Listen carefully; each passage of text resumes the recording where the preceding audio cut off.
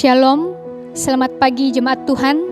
Kita patut bersyukur pada pagi yang indah ini karena anugerah Tuhan yang sungguh luar biasa di dalam kehidupan kita, sehingga kehidupan masih Tuhan berikan kepada setiap kita.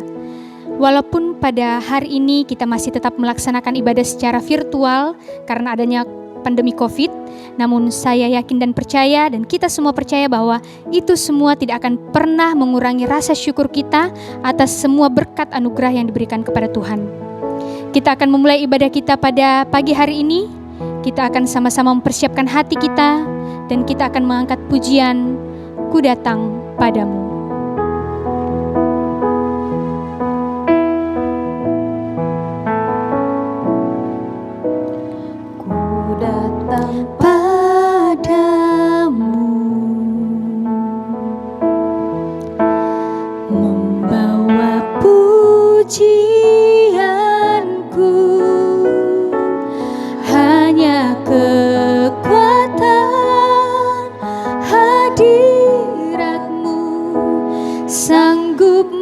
Tiada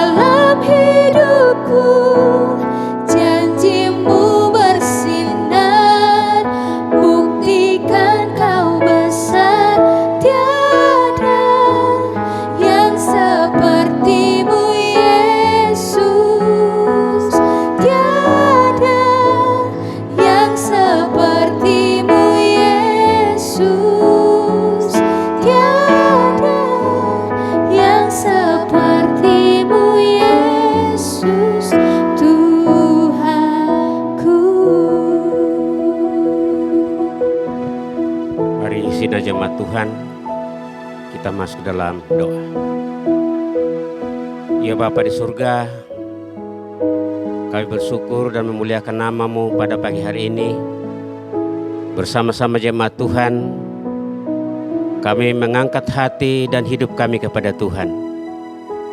Oleh karena anugerah Tuhan yang telah melimpah dalam hidup kami sepanjang minggu yang telah kami lewati, dalam berbagai-bagai kehidupan kami. Terima kasih atas kesempatan ini kami boleh bersatu hati sebagai keluarga Allah yang mengangkat hati dan hidup kami menyembah dan memuliakan nama-Mu. Itu sebabnya kami mohon kiranya hadirat-Mu dan kuasa-Mu turun atas kami, menyertai seluruh rangkaian ibadah kami. Dan kiranya ibadah kami ini diberkati oleh Tuhan dari awal pertengahan sampai akhirnya. Kami mohon kiranya jadi dalam nama Allah Bapa, Putra dan Roh Kudus. Haleluya. Amin.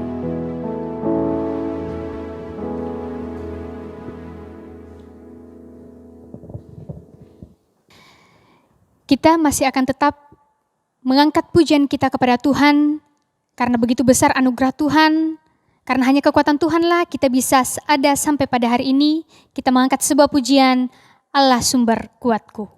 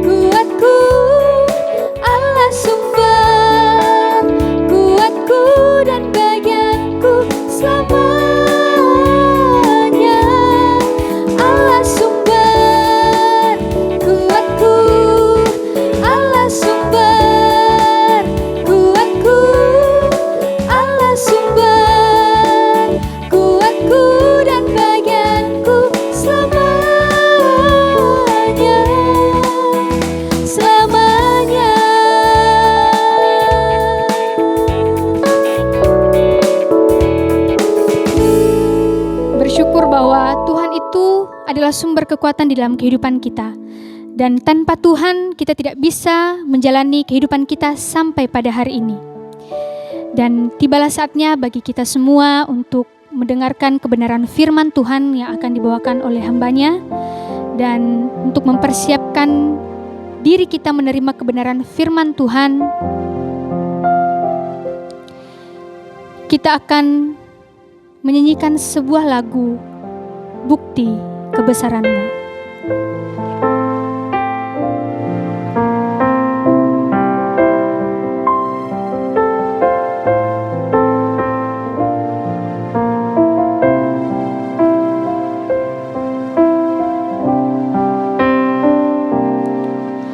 Tuhan, Kau sempurna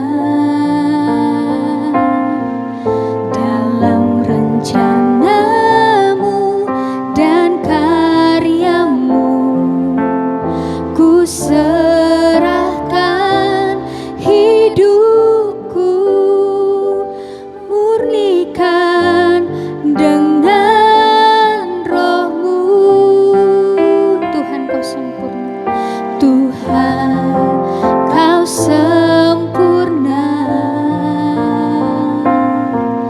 dalam rencana-Mu dan karya-Mu. Ku serahkan hidupku, murnikan dengan Roh-Mu. Hidupku menggenapi firman-Mu, tanda mujizat sertai tiap langkahku. Kau bersamaku, di dalamku, jadi bukti kebesaran-Mu.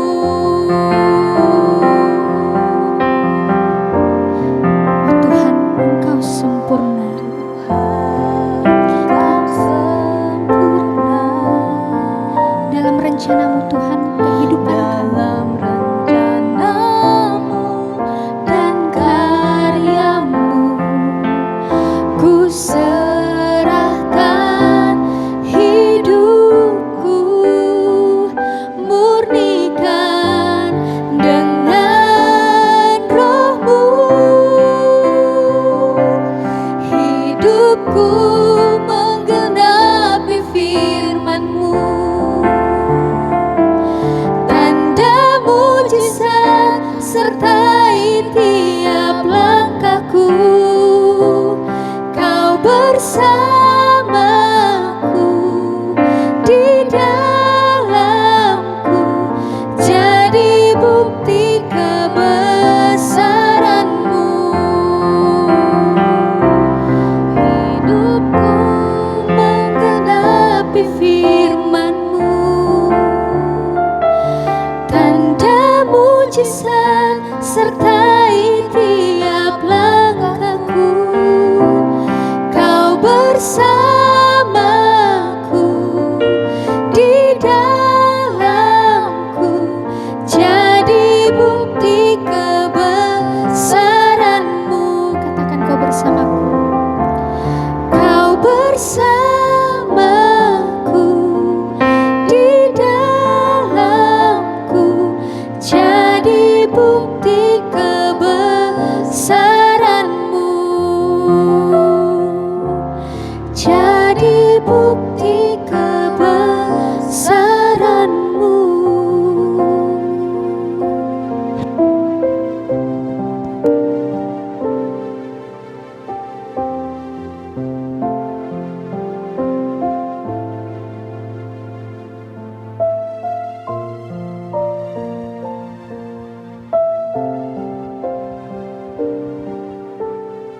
Sidang jemaat yang diberkati Tuhan, mari siapkan hati kita. Kita akan belajar firman Tuhan pada pagi hari ini yang terdapat di dalam Kisah Rasul pasal 5 ayat 34 sampai ayat 42. Tapi sebelumnya kita mohon pertolongan Tuhan, kita berdoa. Bapa di surga, tiba saat yang terbaik bagi kami untuk bersama-sama dengan jemaat-Mu menikmati firman Tuhan. Buka hati pikiran kami, pemahaman kami yang benar, agar firman-Mu kami baca, kami pelajari bersama-sama, dan olehnya kami diteguhkan, dikuatkan. Urapi hamba-Mu yang Kau siapkan pada pagi hari ini, untuk menjadi saluran berkat kebenaran-Mu bagi seluruh jemaat-Mu Tuhan. Oleh tuntunan dan pimpinan Roh Kudus, hamba dapat menjelaskan kebenaran-Mu dengan baik, dan kami semua boleh mengerti, memahami dan melakukannya. Di dalam nama Yesus, Tuhan dan Juru Selamat kami berdoa. Haleluya. Amin. Mari sama-sama kita buka firman Tuhan di dalam nats yang sudah saya sampaikan tadi, Kisah Rasul pasal 5 ayat 34 sampai dengan ayat 42. Demikian firman Tuhan. Tetapi seorang Farisi dalam mahkamah agama itu, ia bernama Gamaliel, seorang ahli Taurat yang sangat dihormati di seluruh orang banyak, bangkit dan meminta supaya orang-orang itu disuruh keluar. Sesudah itu ia berkata kepada sidang, "Hai orang-orang Israel, pertimbangkanlah baik-baik apa yang hendak kamu perbuat terhadap orang-orang ini. Sebab dahulu telah muncul si Tedaus yang mengaku dirinya seorang istimewa, dan ia mempunyai kira-kira 400 orang pengikut.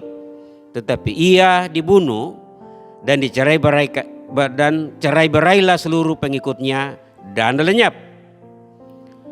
Sesudah dia, pada waktu pendaftaran penduduk, muncullah si Yudas, seorang Galilea. Ia menyeret banyak orang dalam pemberontakannya, tetapi ia juga tewas dan cerai berailah seluruh pengikutnya.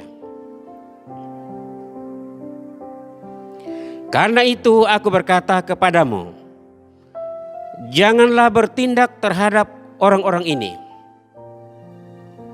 Biarkanlah mereka, sebab jika maksud dan perbuatan mereka berasal dari manusia, tentu akan lenyap. Tetapi kalau berasal dari Allah, kamu tidak akan dapat melenyapkan orang-orang ini. Mungkin ternyata juga nanti bahwa kamu melawan Allah." Nasihat itu diterima.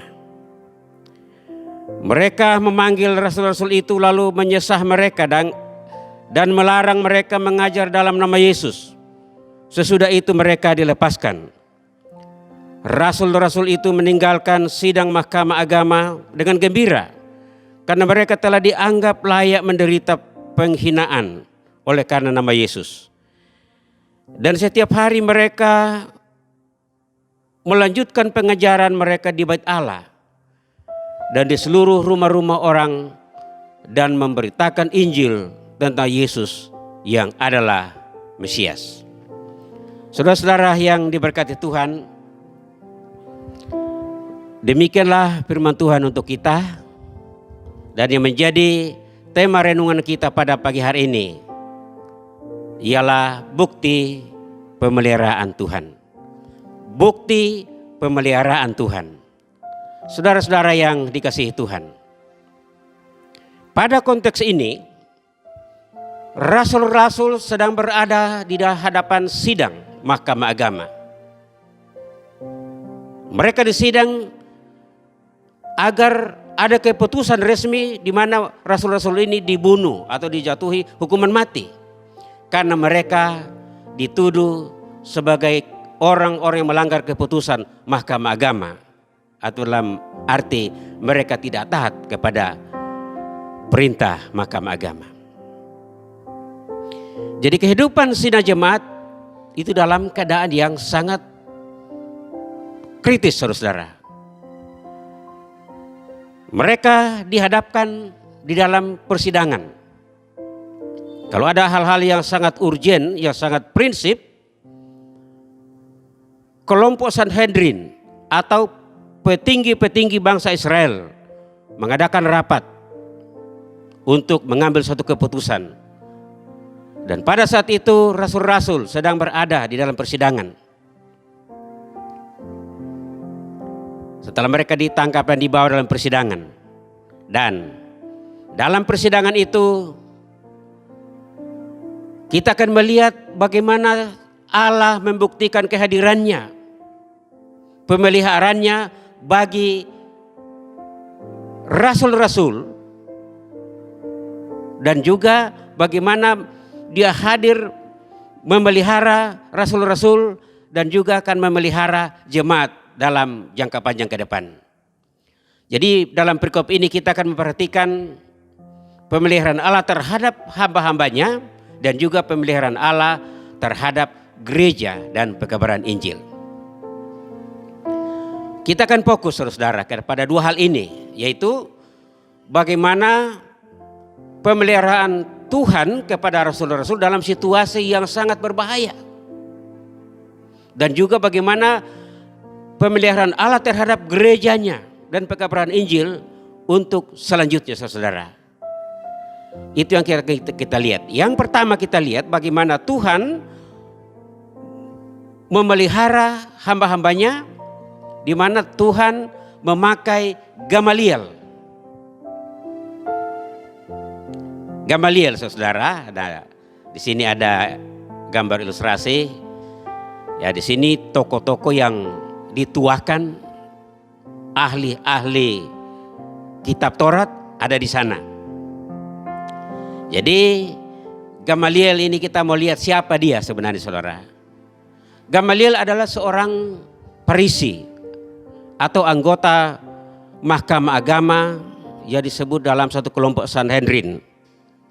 Golongan Farisi tidak terlibat dalam politik praktis atau kekuasaan, tetapi mereka fokus dalam pengabdian, pendalaman dan pengkajian terhadap hukum Taurat sampai hal-hal yang paling detail atau secara rinci. Itu tugas mereka. Dan Gamaliel ada di situ. Gamaliel adalah seorang Farisi yang moderat. Dia tidak fanatik seperti anggota-anggota lainnya. Dia tidak mengharamkan kebudayaan dan kesusastraan Yunani. Dia senang. Dia dihormati dan disegani karena ketelitian. Dia memiliki tegang rasa dan pertimbangan yang luas dalam menghadapi suatu masalah yang hendak diputuskan. Gamaliel juga adalah seorang mahaguru, atau dia adalah guru Saulus. Di dalam Kisah Rasul pasal 22 ayat 3, di situ dikatakan bahwa Saulus juga adalah murid daripada Gamaliel. Jadi Gamaliel ini adalah guru daripada Saulus yang nantinya akan menjadi penginjil besar. Dia berbeda dengan golongan Saduki. Golongan Saduki itu adalah sekelompok orang-orang yang kelas elit, orang-orang kaya dan memiliki kekuasaan dan mencari kehormatan, bekerja sama dengan imam-imam besar yang seringkali terlibat dalam politik praktis bersama dengan penguasa-penguasa Romawi. Golongan Saduki tidak percaya adanya malaikat dan juga tidak percaya adanya kebangkitan dari orang mati yang menjadi inti pemberitaan para rasul-rasul ini, bahwa Yesus mati dan hidup kembali. Dan mungkin yang menjadi provokator rencana pembunuhan di sini adalah dari kelompok Saduki, saudara, di mana sidang sedang berlangsung menanti akan adanya keputusan tentang hukuman mati. Saudara-saudara yang kasih dalam Tuhan, sikap Gamaliel dalam persidangan. Dalam pembacaan kita tadi, dalam ayat 34 sampai 35, di sana kita melihat bagaimana Gamaliel menunjukkan sikapnya. Tatkala rapat sedang berlangsung, Gamaliel berdiri dan meminta rapat diskors sebentar. Disuruhlah rasul-rasul ini keluar dan sidang dilanjutkan. Dalam persidangan itu kita melihat bagaimana sikap Gamaliel. Dia berjuang untuk menggagalkan hukuman mati atas rasul-rasul dengan memberikan berbagai macam pandangan. Pandangannya disampaikan kita lihat dalam ayat 34 sampai 35. Ayat 35 mulai dia katakan di sini. Sesudah itu ia berkata kepada sidang, "Hai orang-orang Israel, pertimbangkanlah baik-baik. Apa yang hendak kamu perbuat terhadap orang-orang ini? Hai orang-orang Israel." Gamaliel ini juga seorang Israel, tetapi dia tahu bahwa keputusan yang akan dijatuhkan kepada rasul-rasul ini, khususnya pembunuhan, menyangkut bangsa Israel. Tokoh-tokoh ini, kelompok ini, petinggi-petinggi Israel ini bertindak atas nama bangsa. Jadi makanya dikatakan, hai orang-orang Israel, perhatikan baik-baik, pertimbangkan baik-baik apa yang akan kamu lakukan terhadap orang-orang ini. Sebab dahulu telah muncul Teudas yang mengaku dirinya seorang istimewa, dan ia mempunyai kira-kira 400 orang pengikut, tetapi ia dibunuh dan cerai-berailah seluruh pengikutnya. Dan juga ada satu contoh lagi, namanya Yudas orang Galilea yang pernah memprakarsai pemberontakan, dan akhirnya pemerintah juga menindak, dan akhirnya mereka habis dibunuh dan cerai-berailah kelompok itu. Nah, saudara-saudara yang kasih dalam Tuhan, dengan dua contoh ini diberikan kepada sidang, maka Gamaliel dengan tegas berusaha supaya rasul-rasul ini dibebaskan dari hukuman mati. Nah, saudara yang kasih dalam Tuhan, Gamaliel bukanlah pengikut ajaran Yesus, bukanlah pengikut ajaran rasul-rasul, tetapi dia bertindak karena dia tidak senang adanya kekerasan yang dilakukan oleh kelompok Sanhedrin ini tanpa alasannya jelas, saudara-saudara. Dan juga tidak setuju kalau ada keputusan yang gegabah, salah sedikit orang harus dihukum mati. Dan dia mengambil keputusan, memberikan pertimbangan supaya sidang mengambil keputusan. Dan pada akhirnya, saudara, pertimbangan itu diterima, ya, diterima dengan alasan bahwa apa yang kamu lakukan ini harus kamu pertimbangkan. Kalau rasul-rasul ini melakukan dengan tujuan kehendak manusia semata-mata, pasti akan selesai dan tidak akan berlanjut.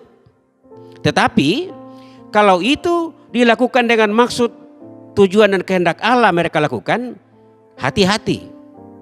Karena kamu tidak akan sanggup melawan dan membinasakan orang-orang ini kalau mereka bertindak atas nama Allah dan kehendak Allah. Jadi dia menekankan bagaimana kuasa dan kedaulatan Allah. Dan akhirnya diberikan pertimbangan bahwa jangan-jangan juga kalau itu dari Allah, kamu juga turut bersalah dan turut melawan Allah. Akhirnya, saudara, dengan pertimbangan penegasan itu, rapat memutuskan bahwa hukuman mati ditangguhkan dan nasihat Gamaliel diterima. Saudara-saudara, dalam ayat 39, dengan pandangan itu, nasihat Gamaliel diterima dengan keputusan bulat dalam rapat itu. Tuhan memakai Gamaliel dengan penuh wibawa, tenggang rasa, guna membebaskan para hamba Tuhan saat itu. Sidang Mahkamah Agama mengambil keputusan sesuai dengan rencana Allah. Itu bukan secara kebetulan. Itulah pemeliharaan Allah yang luar biasa bagi hamba-hambanya. Ayat 40 keputusan diambil. Ya, nasihat Gamaliel didengarkan. Hukuman mati, rancangan hukuman mati diputuskan dalam sidang, tidak dilaksanakan. Tapi selanjutnya, rasul-rasul disesah atau dicambuk. Dan mereka harus taat kepada keputusan Mahkamah Agama bahwa mereka dibebaskan setelah dicambuk dan dilarang memberitakan tentang nama Yesus itu kepada siapapun. Jadi ini seolah-olah keputusan atau pembebasan bersyarat. Bebas dari hukuman mati, tapi harus dicambuk dan juga tidak boleh memberitakan berita tentang Yesus. Itu tantangan yang mereka hadapi, saudara. Nah, kita mau memperhatikan hukum cambuk di sini dalam 41. Hukuman yang diberikan kepada rasul-rasul, walaupun mereka ada bebas dari hukuman mati, tapi mereka harus disesah atau dicambuk. Rasul-rasul dicambuk sebelum mereka dibebaskan dari sidang. Nah, orang yang dicambuk itu biasanya diikat di satu tiang kemudian ditelanjangi, baru dipukul. Coba ada ilustrasi, coba lihat di situ. Ya. Ya mungkin kurang lebih seperti ini. Ini hukum cambuk ini. Cambuk biasanya dibuat dari tali, dan kalau cambuk Romawi itu satu cambuk itu ada 39 lembaran tali itu, dan ujung-ujung tali itu biasanya dikasih logam. Tatkala orang dicambuk satu kali, 39 cambukan itu berbekas di tubuh mereka, atau bisa luka di situ. Dan menurut Paulus bahwa biasanya cambuk itu, Paulus juga dicambuk, dikatakan 40 kurang 1. Artinya 39 biji-biji besi itu bisa tertanam dalam tubuh tatkala itu dicambuk. Itu adalah hukuman Romawi. Nah, mereka dicambuk, para rasul-rasul dicambuk, saudara-saudara, sebelum mereka dibebaskan. Jadi betapa sakitnya, tetapi mereka masih hidup. Apa tujuannya? Dalam ayat 40 kita perhatikan. Tujuan hukuman cambuk bagi rasul-rasul adalah hukuman sebagai tanda penghinaan bagi rasul-rasul. Dan mereka dikategorikan sebagai penjahat. Agar supaya rasul-rasul menjadi malu. Tujuannya supaya rasul-rasul itu malu untuk berkhotbah, malu untuk berbicara kepada orang banyak lagi. Dan juga orang yang mendengarkan juga akan malu mendengarkan orang-orang yang sudah pernah dicambuk, karena orang itu sudah terhina dan tergolong dalam kelompok penjahat. Tapi saudara-saudara, rasul-rasul menerima keadaan itu, saudara. Sikap rasul-rasul terhadap hukuman cambuk itu dalam ayat 41-42 bagaimana? Mereka gembira. Setelah mereka dicambuk, mereka gembira meninggalkan sidang itu, saudara. Mereka gembira karena merasa dianggap layak menderita dalam nama Yesus. Dan juga mereka gembira sebagai kesempatan yang terbaik untuk menunjukkan loyalitas mereka kepada Tuhan, kepada Yesus Kristus. Dan juga suatu kesempatan yang sungguh-sungguh untuk berbagi rasa atau berempati dalam pengalaman penderitaan yang pernah dialami oleh Yesus. Jadi cambuk itu bukan enak, walaupun tidak sekaligus mati, saudara-saudara, tapi itu luar biasa.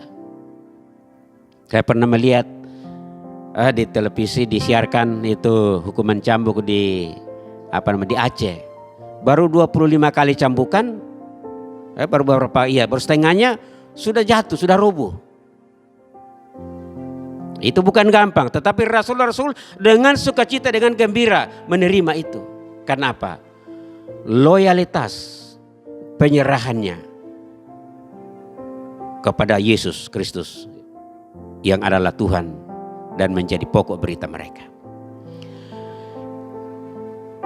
Hal yang pertama sekali lagi adalah pemeliharaan Tuhan terhadap hamba-hambanya. Itu luar biasa. Terlaksana karena anugerah dan kuasa Tuhan, bukan dari kemampuan manusia. Yang kedua, kita lihat bagaimana pemeliharaan itu terhadap jemaat. Tidak hanya rasul-rasul yang dipelihara, tapi jemaat atau gereja Tuhan harus dipelihara. Pemeliharaannya kita lihat bahwa setelah rasul-rasul itu dilepaskan, dalam ayat 42, rasul-rasul begitu intensif bekerja dan melayani, walaupun mereka dilarang. Mereka masuk dalam bait Allah, mengajar, berkhotbah tentang Yesus adalah Tuhan dan Juru Selamat. Dan tidak hanya bergerak di dalam gereja, tetapi dikatakan dari rumah ke rumah. Mereka juga dari rumah ke rumah mengintensifkan pelayanan, mengajar, berkhotbah dan bersaksi. Dengan sukacita, semua pelayanan itu dilakukan baik di dalam bait Allah, baik di rumah-rumah dan di mana-mana, menemui orang dan memberitakan tentang Yesus adalah Tuhan, Yesus adalah Juru Selamat, Yesus adalah Mesias. Ini bukti dan tanda ketaatan kepada mereka, sebagaimana prinsip dan komitmen mereka bahwa ketaatan kepada Tuhan adalah di atas segala-galanya. Saudara-saudara, kita lihat sedikit lagi bahwa hasil dari peristiwa ini para rasul dengan sukacita melayani. Dan jemaat pun juga dikuatkan secara iman dan dikuatkan dalam bersaksi. Dan jumlah jemaat semakin bertambah secara jumlah dan secara kualitas. Dalam konteks ini dalam pasal 5 ini dikatakan bahwa akibat pemberitaan rasul-rasul sesudah dan sebelumnya, manusia orang-orang yang ada di luar kota Yerusalem pun datang berduyun-duyun datang ingin mendengarkan berita Injil dan ingin menerima jamahan Tuhan. Mereka disembuhkan, mereka dibebaskan daripada kungkungan kuasa kegelapan dan mereka diselamatkan karena percaya kepada Injil Yesus Kristus. Jadi jemaat bertumbuh secara kualitas dan secara kuantitas juga. Kita sampai kepada kesimpulan, saudara-saudara yang dikasihi oleh Tuhan, bahwa pada saat kita mentaati perintah Tuhan, maka semua kesulitan atau masalah yang berat sekalipun akan kita lalui dalam pemeliharaan Tuhan. Bukan karena kemampuan kita. Pemeliharaan Tuhan akan terjadi di luar perhitungan manusia, tapi itu dalam rencana Allah secara sempurna. Dalam menghadapi setiap masalah kehidupan yang berat sekalipun, taatilah Tuhan dengan sungguh-sungguh. Percayakan hidupmu secara total kepada kehendak Tuhan. Tuhan akan memakai berbagai cara untuk bebaskan kita dari setiap kesukaran, kesulitan, tekanan hidup yang saudara alami, kapanpun dan dimanapun juga. Apabila Tuhan izinkan kita mengalami suatu tekanan yang berat atau penderitaan karena nama Yesus, bersukacitalah, bersyukurlah seperti rasul-rasul kepada Tuhan. Karena segala sesuatu yang terjadi, kita akan terima bagaimana Allah bertindak untuk memelihara dan menyelamatkan setiap orang yang takut, percaya kepadanya dan mengandalkan Tuhan dalam segala perkara. Adakah saudara-saudara yang sedang dalam masalah-masalah yang sulit? Lihat bagaimana Tuhan membebaskan umatnya, membebaskan hamba-hambanya. Kuasa seperti itu juga akan nyata dalam kehidupan kita. Dia sanggup memelihara, dia sanggup menyelamatkan saudara dan saya kapanpun dan dimanapun. Dalam situasi pandemi corona ini, saudara-saudara, tidak ada jaminan pasti dari siapapun juga. Walaupun WHO sudah menemukan, sudah merekomendasikan vaksin yang diproduksi di Cina dan di negara-negara lain, tapi itu hanya salah satu alat. Tapi di atas segala-galanya, penyertaan Tuhan, pemeliharaan Tuhan akan sanggup menyelamatkan dan membebaskan kita. Percayalah dan serahkanlah hidup kepada Tuhan. Demikianlah firman Tuhan. Tuhan memberkati saudara yang mendengarkan dan memegang firman Tuhan ini. Kita bersyukur. Bapa, terima kasih. Firman-Mu sampai kepada kami. Setiap orang yang mendengarkannya akan diberkati tatkala menerima firman ini, mempercayai dan melakukannya. Haleluya. Amin.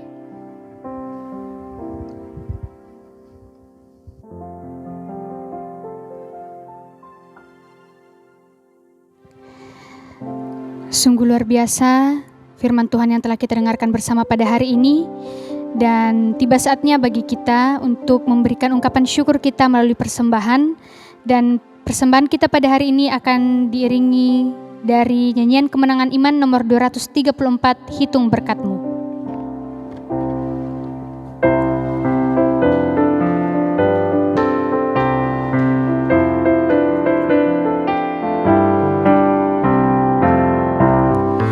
Bila tofan keras melanda hidupmu, bila putus asa dan letih lesu, berkat Tuhan satu-satu hitunglah, kau niscaya kagum oleh kasih-Nya. Berkat Tuhan mari hitunglah, kau kan kagum oleh kasih-Nya. Berkat Tuhan mari hitunglah, kau niscaya kagum oleh kasih-Nya.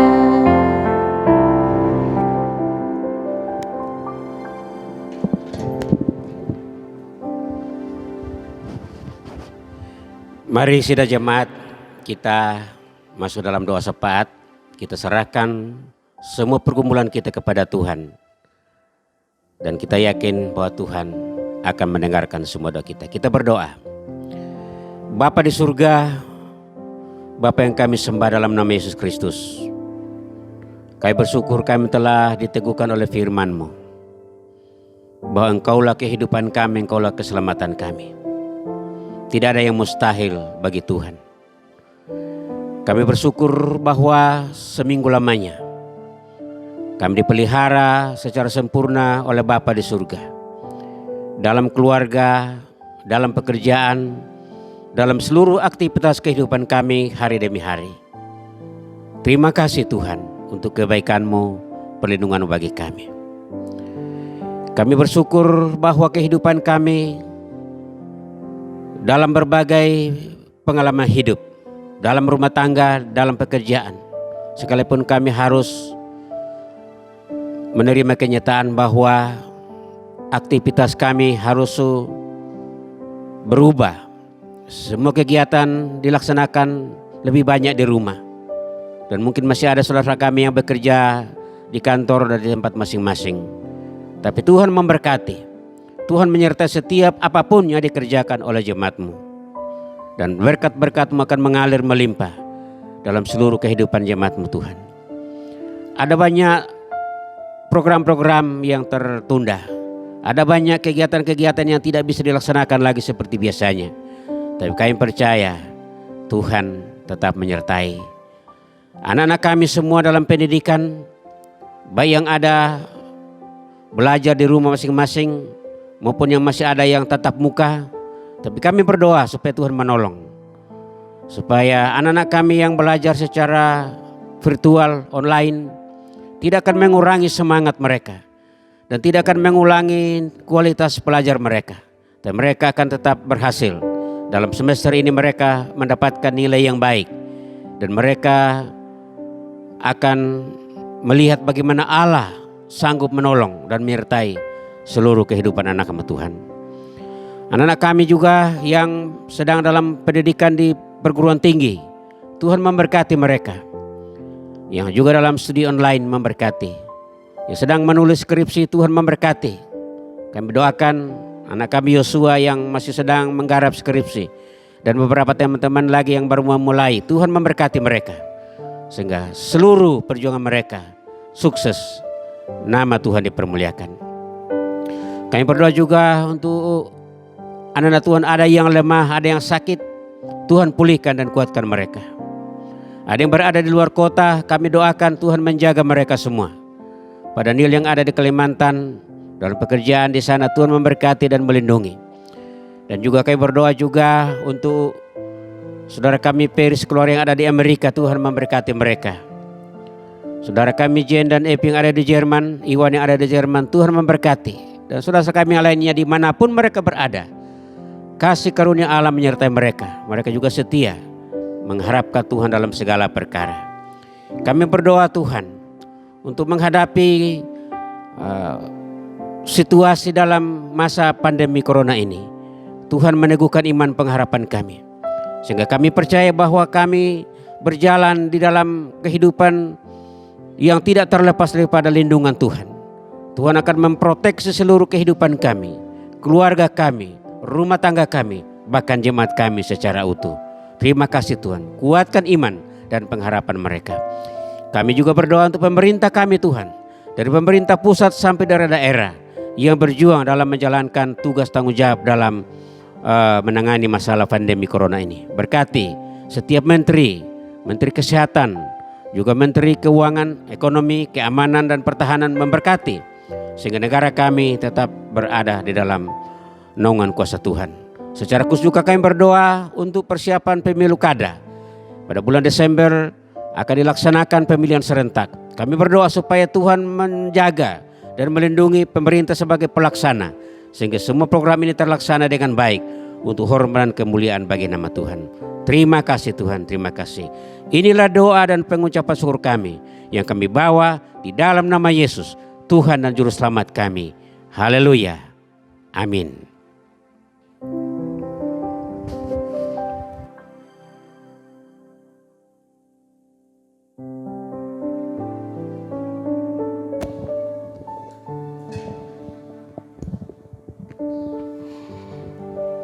Kita akan mengakhiri ibadah kita pada hari ini, dan dalam mengakhiri ibadah kita pada saat ini, kita berterima kasih bahwa Tuhan Yesus begitu baik di dalam kehidupan kita, dan semuanya karena berkat kemurahan-Mu.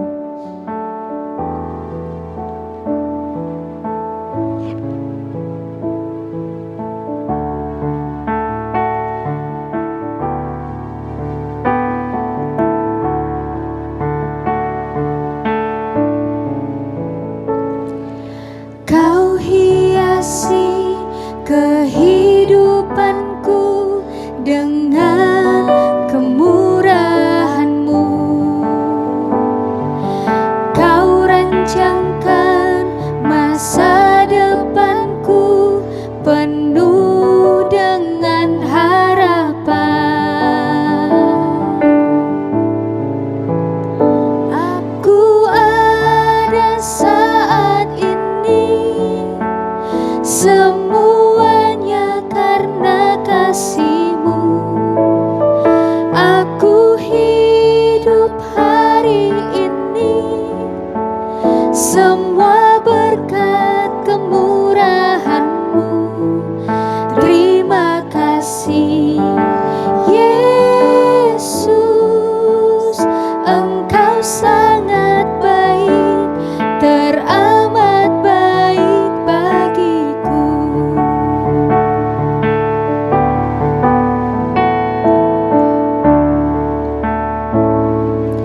Kau hiasi kehidupanku dengan kemurahan-Mu.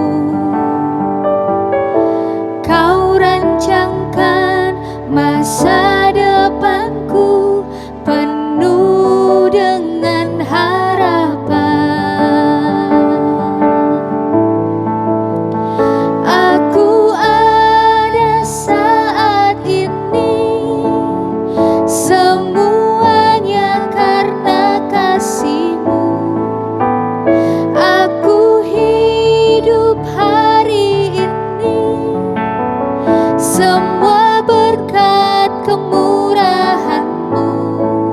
Terima kasih Yesus, Engkau sangat baik, teramat baik bagiku.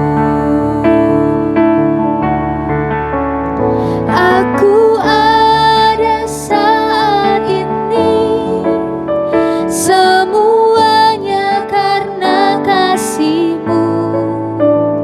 Aku hidup hari ini, semua berkat kemurahan-Mu.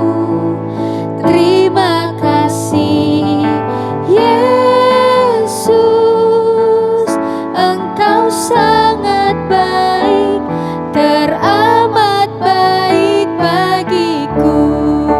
Yesus, Engkau sangat baik, teramat baik bagiku.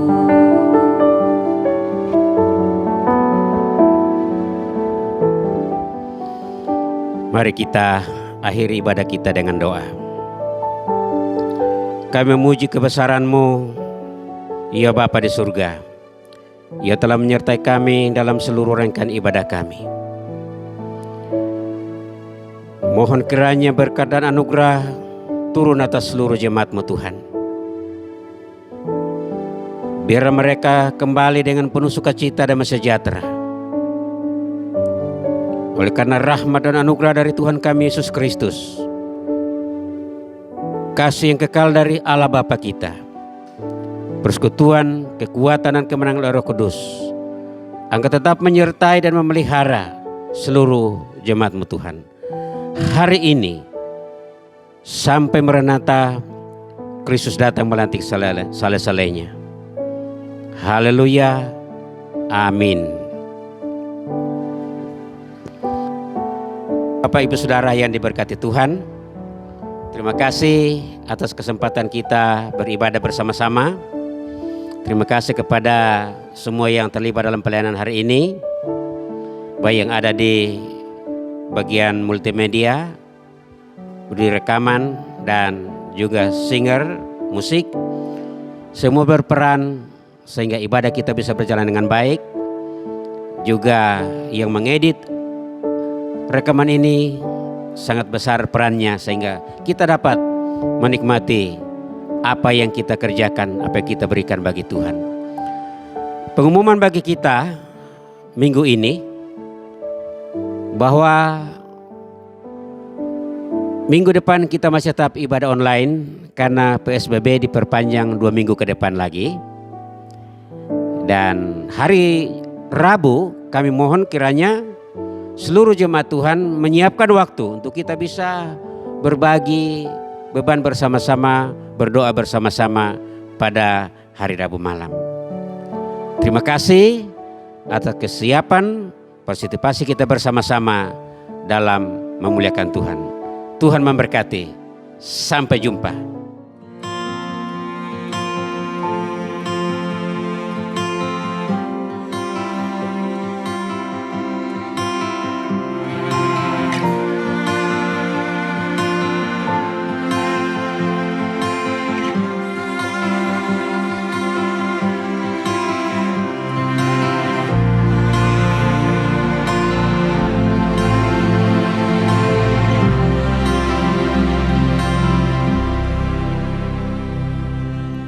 Hiasi kehidupanku dengan kemurahan-Mu. Kau rancangkan masa depanku penuh dengan harapan. Aku ada saat ini, semuanya karena kasih-Mu. Aku hidup hari ini, semua berkat kemurahan-Mu. Terima kasih Yesus, Engkau sangat baik, teramat baik bagiku.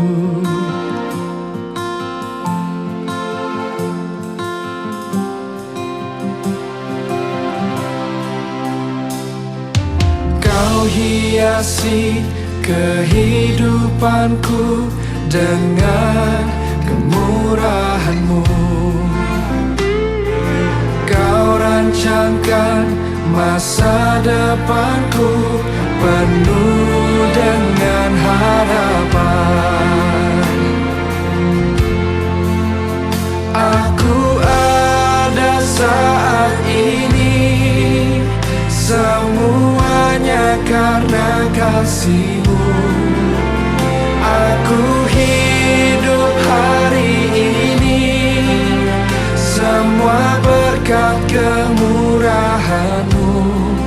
Terima kasih Yesus, Engkau sangat baik, teramat baik. Aku ada saat ini, aku ada, semuanya karena kasih, semua karena kasih. Aku hidup hari ini, semua berkat kemurahan-Mu. Terima kasih Yesus, Engkau sangat baik, teramat baik bagiku.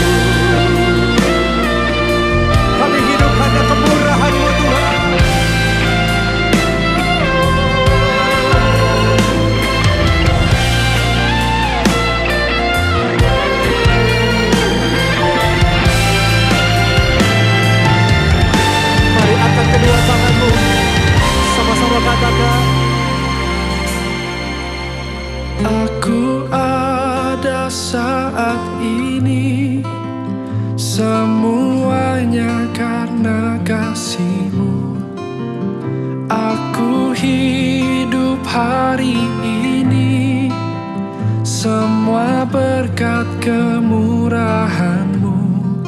Terima kasih Yesus, Engkau sangat baik, teramat baik bagiku. Aku ada saat ini, semuanya karena kasih-Mu.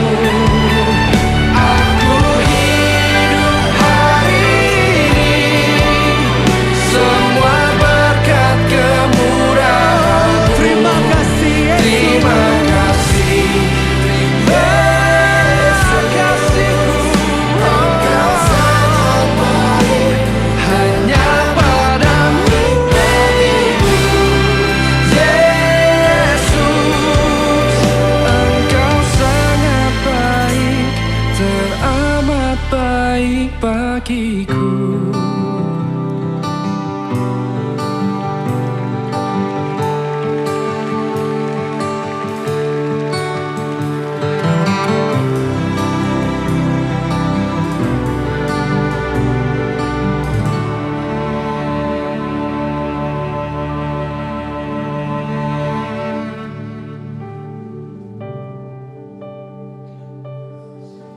Engkau baik, Engkau baik, Yesus. Engkau sangat baik,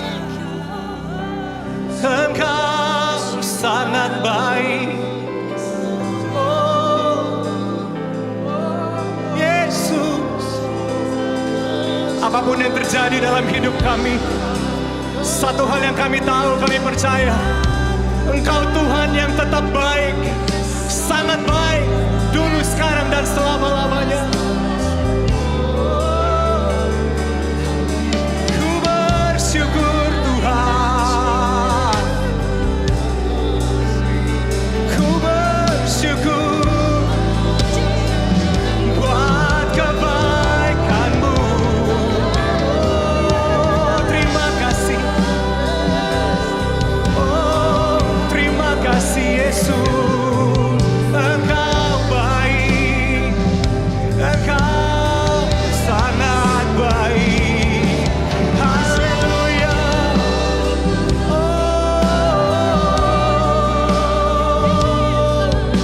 Engkau baik bagiku, Engkau baik bagiku. Terima kasih Tuhan, terima kasih Yesus. Berikan tepuk tangan buat Tuhan kita yang baik.